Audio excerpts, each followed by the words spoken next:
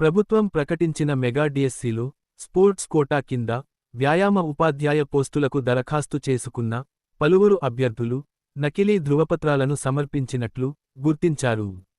ఇప్పటివరకు జరిగిన తనిఖీల్లో 890 నకిలీ సర్టిఫికెట్లను అధికారులు గుర్తించినట్లు తెలుస్తోంది.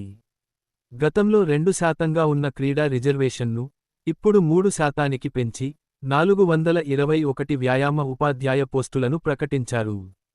అయితే క్రీడా కోటా కింద అర్హులైన అభ్యర్థుల జాబితాను ఇంకా విడుదల చేయకపోవడానికి నకిలీ సర్టిఫికెట్లే ప్రధాన కారణమని తెలుస్తోంది. డిఎస్సి అభ్యర్థులు సమర్పించిన ధృవపత్రాలను సాప్ అధికారులు నిశితంగా పరిశీలిస్తున్నారు.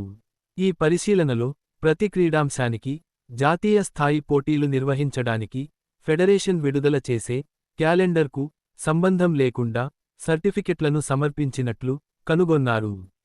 అంతేకాకుండా రాష్ట్ర మరియు జాతీయ అసోసియేషన్ల గుర్తింపు లేకుండానే కొన్ని నకిలీ క్రీడా సంఘాలు ముడుపులు తీసుకుని అనర్హులకు సర్టిఫికెట్లు జారీ చేసినట్లు పరిశీలనలో తేలింది.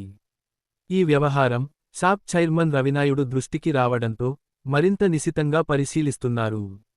ఉపాధ్యాయుల అంతర్జిల్లాల బదిలీలలో మార్పులు. ఉపాధ్యాయుల అంతర్జిల్లాల బదిలీలకు సంబంధించి పాఠశాల విద్యాశాఖ కొన్ని నిబంధనలను సవరిస్తూ ఉత్తర్వులు జారీ చేసింది. ప్రస్తుత కేడర్లో కనీసం 2 ఏళ్లు పనిచేసి ఉండాలనే నిబంధనను తొలగించారు. అలాగే 2027 జూలై 31 లోపు రిటైర్ అయ్యే ఉపాధ్యాయులు పరస్పర బదిలీలకు అర్హులు కారని పేర్కొన్నారు.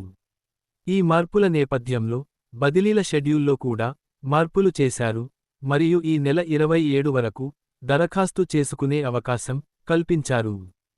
సర్వీసు నిబంధనల మినహాయింపుపై ఏపీటీఎఫ్-1938 అధ్యక్ష, ప్రధాన కార్యదర్శులు హర్షం వ్యక్తం చేశారు.